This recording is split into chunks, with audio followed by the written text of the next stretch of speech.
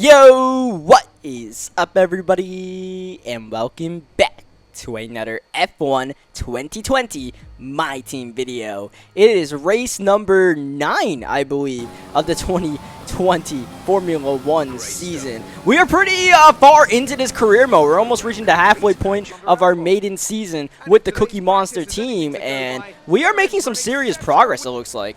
Who would you say is your biggest rival at the moment? We have almost made too much progress, because look at the potential rivals we are being faced with. Like, I'm not matching up against Seb or Max. We just got to pick Ricardo and the Renault, the weakest team right now. Do you have any comments about this team? Renault is still a better team than us, I'll say that, but, you know, when it comes to choosing between the McLaren, the Ferrari, and the Red Bull, I'll take the Renault. Appreciate your time. So one development in practice here in Canada for FP1 and FP2 is really just whole weekend is just the amount of times the rain has been on and off, and it's been kind of deterring our flow as far as trying to complete practice programs. You saw FP1, we didn't get too much done because it just started raining soon. And now we go to FP2, more of the same, more rain, and it's completely botching our attempt at doing a qualifying sim because there's just not enough traction to get the qualifying sim done. So you see, once again in the practice, not many people even got time. And that's also becoming a storyline in this Grand Prix upcoming, is that, you know, there's not much practice getting done by people in dry conditions because the race is going to be a dry race. There's not going to be any rain, so qualifying as well. As we see, we are underway with one-shot qualifying. There is some potential for us to get a pretty decent starting position here in Canada. I'm thinking best of the rest is something that's on the cards. As you see, we come out the corner in P4. Sebastian Vettel on provisional pole. Now it's us as we temporarily take a trip into the grass, which might have cost us a little bit of time, but not too much. You see the gap, only, what, under 0.2 of a second. So we are on pace with pretty much all of the top teams right now until we get to this straightaway. We are now dropping to P13, so, yeah, we're kind of sinking back into reality. We take a trip off the track, but, you know, one thing about this my team mode is, or this certain, you know, career that we're doing, is that the corner cutting settings are on regular, not on strict. The difficulty's on 101, right? So we make it pretty difficult for ourselves, ultimate AI difficulty, whatever it's called. But it's not too hardcore, not yet at least. I want to at least ease my way into doing hardcore settings as we take the final chicane pretty bravely, trying to get away from the wall of champions, and Lewis Hamilton's on pole, but the Cookie Monsters reside in P5 as we are about to enter the Canadian Grand Prix. Pretty amazing. We actually beat the Mercedes of Valtteri Bottas. So the reason why I said I want to ease into, you know, hardcore settings is, you know, I want to improve at playing the game myself. Like, I'm going to get better at the game, and I'm not going to go from 0 to 100 with the settings. I got to, like, slowly ease into it. But one thing I'm realizing right now is we might have to up that 101 difficulty. Maybe just to 102, I'm not sure. But, you know, beating a Mercedes in qualifying might be a red flag as we are about to get underway with the Canadian Grand Prix. We're back once again beside the St. Lawrence River here in Montreal for the Canadian Grand Prix. The event first moved to a variant of this track back in 1978. It was won by none other than Gilles Villeneuve, the first Canadian to ever win his home race, and in whose honour the circuit would be renamed. It's one of the fastest races of the season here at the circuit Gilles Villeneuve, with around 60% of this 2.7-mile circuit taken at full throttle. There are 14 corners to navigate, the very last of which has its very own infamous history and could be the cause of a safety car today. Anthony Davidson also joins me in the commentary box today. Why don't we begin by discussing Alexander Albon? As ever, the threat of unreliability is never far away, and indeed they'll be starting out of position today due to a power unit component change.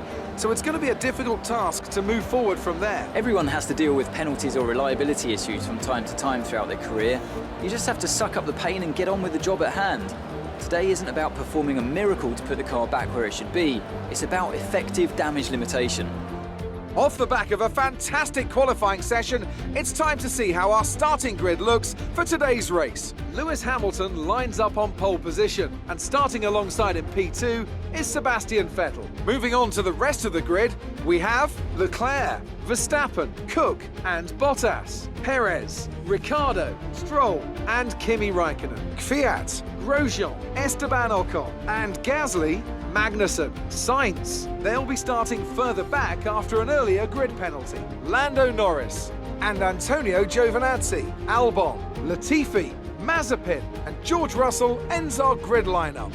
Which of these talented drivers will come out on top today? Today could be a big day for the Cookie Monsters. There's a chance, if things go right, we can get our first career podium finish. So the 2-stop is looking like the superior strategy. We're not thinking 1-stop. We're thinking about the 5 red lights on and the 5 red lights out. We are underway with the Canadian Grand Prix. Lewis Hamilton, clean getaway up front. We don't get too good of a start ourselves, but we dive to the inside. Now it's the outside of Max Verstappen side by side with the Red Bull, and Verstappen's gonna get away. Now we have to deal with Valtteri Bottas right behind us in the Mercedes. We had to expect Bottas is going to try to put the moves on us early on as he tries to put himself in contention after a poor qualifying. Ricciardo, meanwhile, settling in as, you know, best of the rest besides us. Meanwhile, all we can do right now is try to, one, make sure Bottas doesn't put us under too much pressure to where, you know, it slows both me and him down. But two, try to keep up with Verstappen as much as we possibly can. Here goes Bottas. He's going to try to go around the outside, but that's a next to impossible move as we enter the hairpin. We have the positioning. We have the acceleration. We're going to get away from Valtteri, but can that Mercedes unit, you know, with the actual Mercedes car, unlike our just Mercedes unit in our Cookie Monster, get us? Not quite. He's not going to run us down the straightaway, but what we want to do is keep up with Max Verstappen as long as we possibly can, stay in DRS range of the Red Bull, and hopefully, you know, tow ourselves away from the midfield. So, you know, whenever Bottas does get by us, you know, we'll be solidly in P6 and easily be best of the rest, and then we can kind of settle in and run our own race. So we're going to look at a replay of the start because, you know, we definitely got pretty close with Verstappen right there, but it was clean racing all throughout. You know, we went as late in the race as we possibly could, but Verstappen had that inside, so we had to give him all the space we could, and you see Verstappen just got a good getaway, but he hasn't gone too far away from us as we fast forward to the end of the second lap, and we are going to try to put the moves on Max Verstappen with the engine turned up, and we dive to the inside, flying through Verstappen, and we accelerate away from Max. Oh, we've gotten the job done. Wow. Oh my, we've made the move on the Red Bull.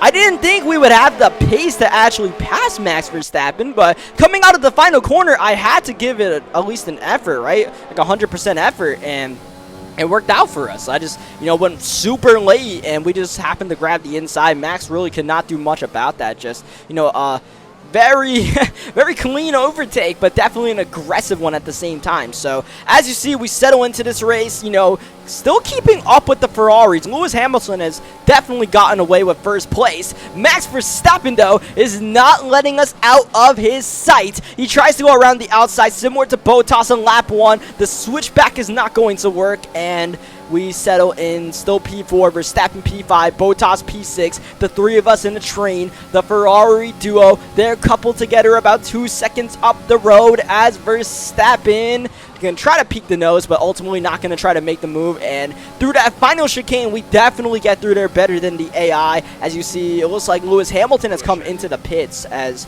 that puts Vettel now in P1. That puts ourselves in P3, but on the very next lap, we are going to make our own pit stop, as well as Sebastian Vettel. We come in, and it looks like Verstappen pits behind us as well. So pit road is definitely busy. You see a racing point, I believe Perez is in, as we are going to potentially come out in some traffic. Keep your eye on, it looks like the Haas of Grosjean to the right side. Oh no, that's K-Mag that we just beat out, but nonetheless, that's Grosjean way up ahead that we are going to have to deal with, as well as Ocon, and you see Vettel's also dealing with this same traffic as we fast forward to the next lap. Check out the pit exit, because here comes Charles Leclerc. Whew. It looks like we've actually gotten the undercut on Leclerc despite being in traffic, and we are right next to Vettel. Remember, before pit stops, we were 2 seconds behind the Ferrari duo. Now, here we are in traffic with Sebastian with a chance to make a move, and whoa, we're going to try it right here, right now. That was not smart, and thankfully we get away with that bold attempt, though now we are under attack from Charles Leclerc. Leclerc is going to tuck in behind us as we come so close. We could smell the gearbox of Sebastian Vettel, but the fight is not done just yet as we enter the hairpin. Verstappen going in cautious with Ocon ahead of him, and we pounce. We take full advantage, and it looks like we are going to clear the Ferrari of Vettel temporarily.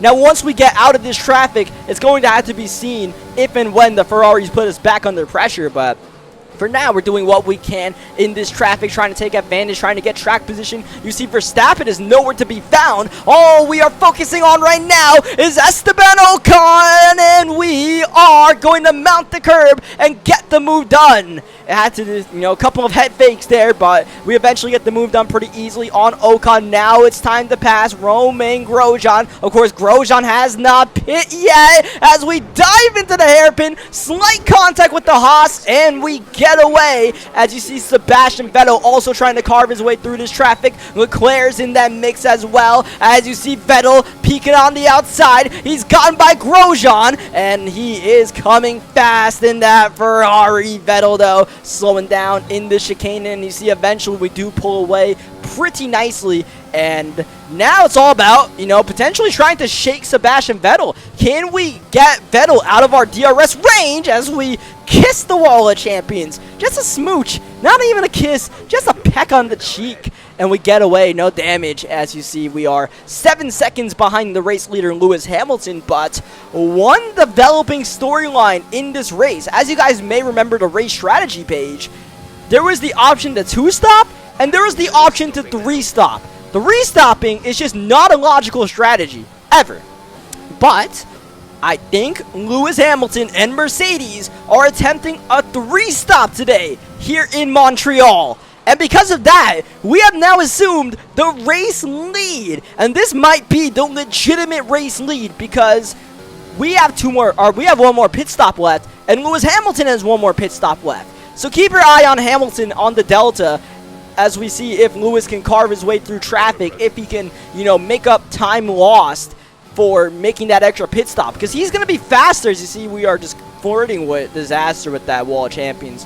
Pretty much every single lap, but that's the way you got to run this racetrack. You really got to extend the track limits, and at this point, I'm just completely in a zone right now. I'm trying to run, as good of lap times as I possibly can, because I really have to give it my all to try to make sure we can gap the Ferraris of Vettel and Leclerc. We don't have to worry about gapping the Red Bull of Verstappen. He is out of the race. Bottas is in traffic. Bottas is not a worry at all. Lewis Hamilton is now catching up to the Ferraris, though. The Ferraris, like ourselves, probably going to come in the next lap or two. Or we'll see one peel in right now. Yes, we do. Once again, we pit on the same lap as Sebastian Vettel, and that's going to leave Charles Leclerc vulnerable to the undercuts. So that could be good news for us as we try to extend our gap on the Ferrari drivers. So Lewis Hamilton is, once Leclerc pits, he's going to reassume the lead of this race. But Lewis, as you see, is on the soft tire once again. He has to pit one more time as we just come out ahead of Lance Stroll and Kimi Räikkönen. But look at Vettel. He is stuck behind those two cars. That's going to cost Vettel a lot of time. Leclerc is going to lose a lot of time to us because of the undercut. And now, already what was about a 3-second gap to the Ferraris before pit stops, even though Räikkönen and Perez, they pit on this lap, the last lap. Look at how far Vettel and Leclerc are to us now. It's almost 5 seconds. Grosjean is running in 5th, but Grosjean easily has one more pit stop to make. So, the Haas is definitely not finishing P5 in this race. So, we come out 9 seconds behind Lewis Hamilton, but whenever Lewis pits once again, we are going to assume the lead of the Canadian Grand Prix. And this race right now is ours to lose. How? I don't know. I really, really don't know. But that's the position we're in. We're going to get pretty lucky by, you know, getting the lead, because we were not going to be Lewis heads up in this race. It's going to take a bot strategy for us to overtake the Mercedes and Lewis Hamilton, and that is what's going to happen here, because Lewis does come down the pit lane. And at this point, you know, we got to drive our butt off, right, to maintain the pace. Like, I still have to just completely lock in, and so far, so good. We purple the lap. We purple the last lap. Ha!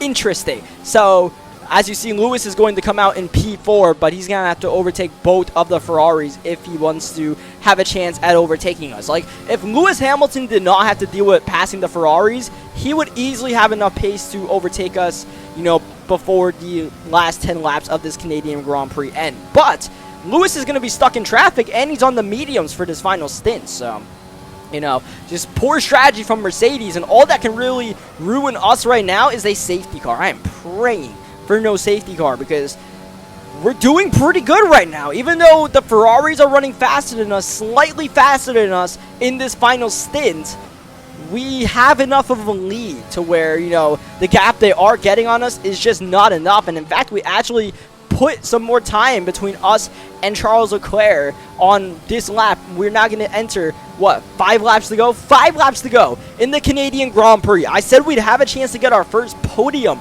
of our career, but I had no idea the race victory would legitimately be in sight for us. Tire wear is not a problem at all. All we're focused on right now is the gap between ourselves and Leclerc, who looks like he's overtaken Vettel at some point, and now Vettel is completely holding up Lewis Hamilton in his last-ditch effort to try to charge to the front. Now Lewis, all he has to worry about is trying to get on the podium. So Lewis will not be happy with Toto Wolff and the Mercedes boys today. Bono is going to be getting an earful. Meanwhile, for us, we are going to be spraying a handful of champagne, but will it be on the top step of the podium? We're going to have, after this final chicane, one more lap. We have 3 seconds in hand against Leclerc and the Ferrari, so we're going to take it uber conservative on this final lap. You see, we're actually catching up to lap traffic. I believe our teammate Mazepin is one of those 2 cars up ahead along with a Williams, so the pace difference between ourselves and the bowling pin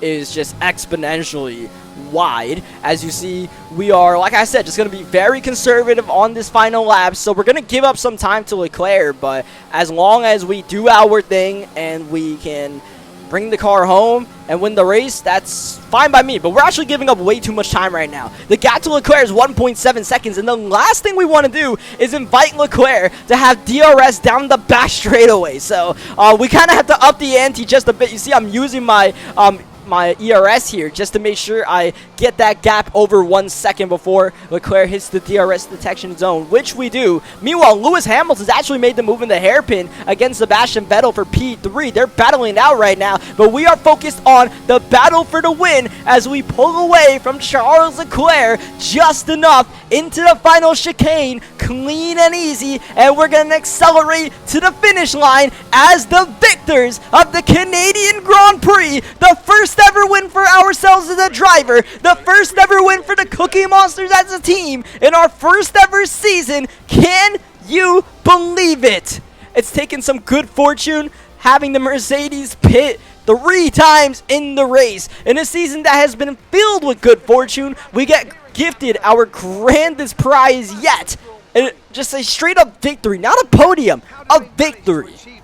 So, in the debrief after the race, we have to look at 2 things. Like, one, how did it happen? You know, I think we had a P2 if Lewis didn't, you know, he was literally the only driver that tried to do a 3-stop. But besides that, does the difficulty have to go up is the next question, and it might have to. Maybe to 102. I don't think we can move it to 103 yet. I don't think I'm ready for 103.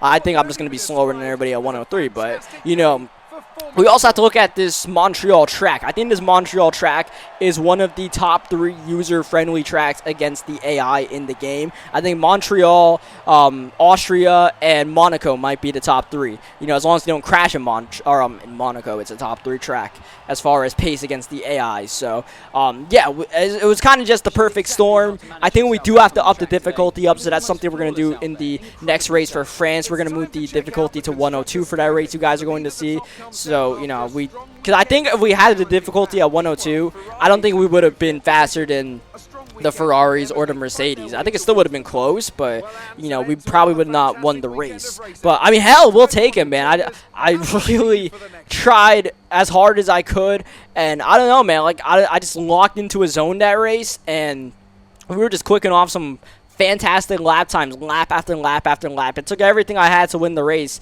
even at 1-on-1 difficulty, and we somehow did it. So you guys see the standings. You see Mazepin way down the order, and now we'll see Claire. And Claire, what do you guys say about a race victory? Amazing performance out there.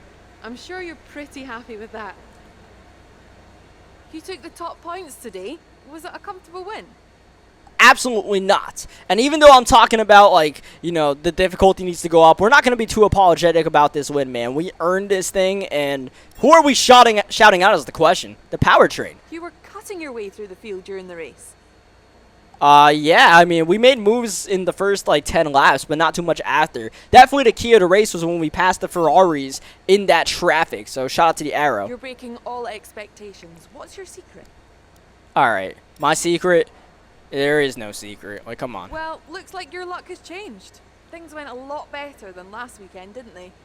Night and day difference between racing on the streets of Baku and coming to the Gilles Villeneuve circuit, I believe we actually call this one. I definitely botched Villeneuve's last name, but shout out to the chassis department.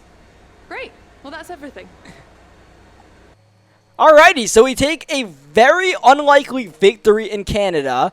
I mean, I think the pace in our car is still pretty promising nonetheless. Us having a good power unit definitely helped in Canada, and then we kind of did the rest. The fact that we could make up some time on the AI in Canada helped out a lot. And that's going to help out our Team Acclaim a lot. As you see, we are nearly a level 9. Once we get to Team Acclaim level 10, we unlock a third secondary sponsor. So hopefully we can do that soon. We see we're really racking up the cash.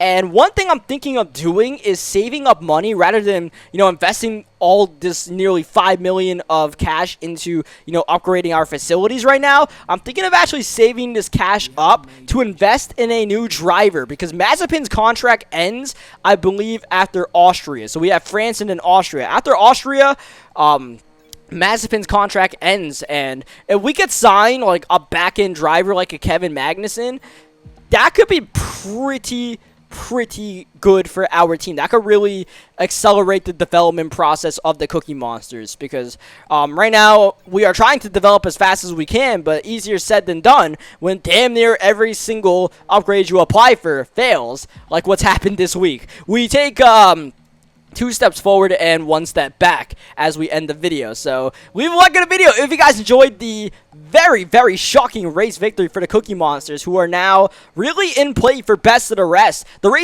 Tracing Point's a bit up ahead, but we are in the battle with McLaren and AlphaTauri and, you know, Alfa Romeo and Renault and all those guys. We are really developing our car faster than I thought. So we'll see if we can make some more progress in France. Leave a like in the video if you guys enjoyed what you guys saw today. Subscribe for more F1 2020 My Team videos, and I will catch you guys next time. Thank you, as always, for watching.